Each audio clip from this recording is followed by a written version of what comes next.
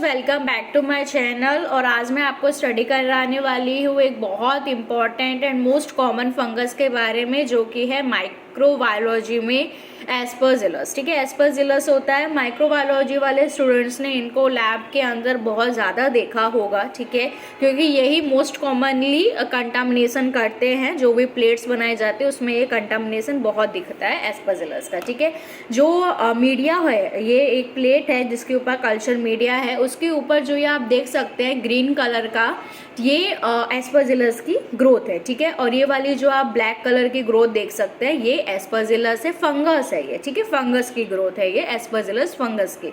और जब हम इसको माइक्रोस्कोप में देखते हैं तो उसका स्ट्रक्चर हमें ऐसा दिखाई देता है। ठीक है, ये इसकी स्टॉक हुई, ये कनोडियाज हो गए, और ये रिलीज जो हो रखे वो इसके स्पोर्स हो गए। ठीक है, और जब हम इसको लैक्टोफिनॉल कॉटन ब्लू के साथ डाई कर, जो इसकी डाई है, फंगल का जो स्टेन है लैक्टोफिनॉल कॉटन के साथ, उसको हम, वो एक तरह का डाई होता है, उसके जब हम स्टेन करते हैं तो हमें माइक्रोस्कोप में स्ट्रक्चर ऐसा दिखाई देता है। ठीक है, तो एस्परजिलस का स्ट्रक्चर ऐसा होता है।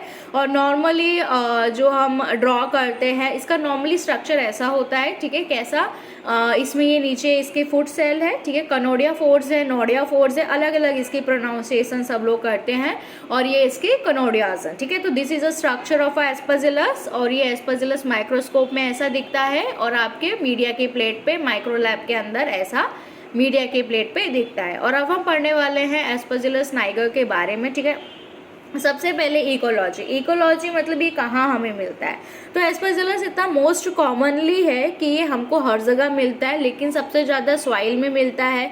जो भी फ्रूट है या प्लांट का जो मैटर होता है, जो भी फ्रूट्स होते हैं जो खराब हो जाते हैं, रोटन कंडीशन में, तो सड़े हुए होते हैं, उसके अंदर हमको ये बहुत ज़्यादा मिलता है Aspergillus. As well as many indoor environment, हमारे जो अंदर वाला इन्वायरमेंट है, बाहर के अलावा इंडोर इन्वायरमेंट में भी ये हमको मिलता है। और ये मोस्ट कॉमनली लेबोरेटरी कंटामिनेशन है, मतलब लेबोरेटरी में बहुत ज़्यादा कंटामिनेशन ये करता है एस्परजिलस। ओके, अगर इसको मैक्रोस्कोपिक की बात करें, मैक्रोस्कोपिक मतलब माइक्रोबायोलॉजी लैब में जब हमें दिख रहा है तो ये कैसे बहुत ही जल्दी ग्रो हो जाता है। ठीक है, बहुत जल्दी ग्रो हो जाता है। और सैब्रोडेक्स्ट्रोस अगार पे, जो मैंने बताया ऊपर आपको प्लेट दिखा रखी है, एसडीए पे इसकी ग्रो होती है। सबसे पहले व्हाइटिश थ्रू येलोइश कलर के दिखता है हमको, फिर वो ब्लैक कलर में मैच्योर होता है, तो वो ब्लैक कलर का है। ठीक है, तो ये एस्परजिलस का मैच्योर आपको मैंने दिखाया कि ये मैच्योर हो चुका है, इसके स्पोर्स सारे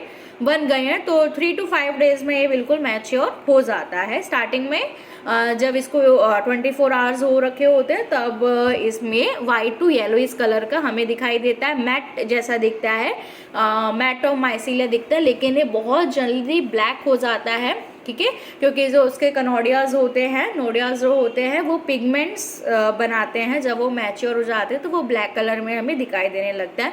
माइक्रोस्कोप की अगर हम बात करें तो मैंने बताया सेप्टेट होता है, इसके कनोडिया फोर्स प्रेजेंस होते हैं, जिसके अंदर कनोडियस प्रेजेंस होते हैं। ठीक है, वो जो ब्राउन और ब्लैक कलर के होते हैं। ठीक है, ये वाला इसका जो स्ट्रक्चर है उसको आप अच्छे से देख लेना, ये बहुत इंपॉर्टेंट स्ट्रक्चर है। उसके बाद इसकी पैथोजेनिसिटी की अगर हम बात करते हैं तो इतना जल्दी ये पैथोजेनिक नहीं होता है, क्योंकि माइक्रोलैब में ये इसका ही कंटामिनेशन बहुत ज़्यादा होता है, और हम हर प्लेट को ओपन करते हैं, देखते हैं, बहुत उसकी स्टडी की जाती है, तो ये इतना ज़्यादा पैथोजेनिक इसकी पावर नहीं है।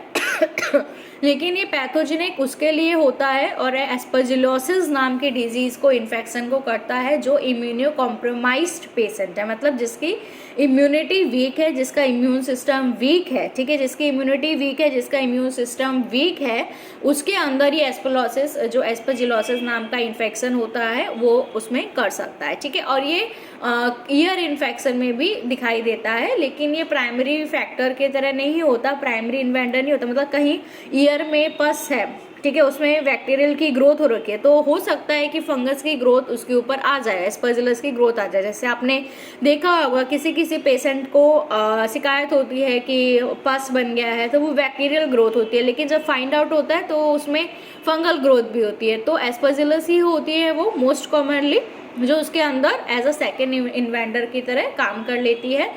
ओके, इंडस्ट्रीज में एस्परजिलस को बहुत ज़्यादा यूज़ किया जाता है, यूज़फुल है। एंजाइम, ये एंजाइम बनाती है, ठीक है, कौन से, सेट्रिक एसिड। इसमें अंदर Aspergillus produce a number of useful enzyme इसके अंदर होते हैं which have been utilized by industry, जो इंडस्ट्री यूज़ करती है in the production of varieties of products बनाने में, जैसे कि सेट्रिक एसिड। ओके, इसका ट्रीटमेंट एज सच कोई नहीं है, लेकिन इसमें कुछ इफेक्टिव ट्यूब्स वगैरह जो आते हैं वो इसमें लगाए जाते हैं एंटीसेप्टिक, जैसे वोरिकिनोजोल हुआ और ये इट्राकनोजोल हुआ, ये सब इसके ट्रीटमेंट के लिए एस्परजिलस होता है। तो दिस इज़ अ एस्परजिलस, ठीक है, ये आपको एस्परजिलस के बारे में बताया है मैंने। Okay, thank you.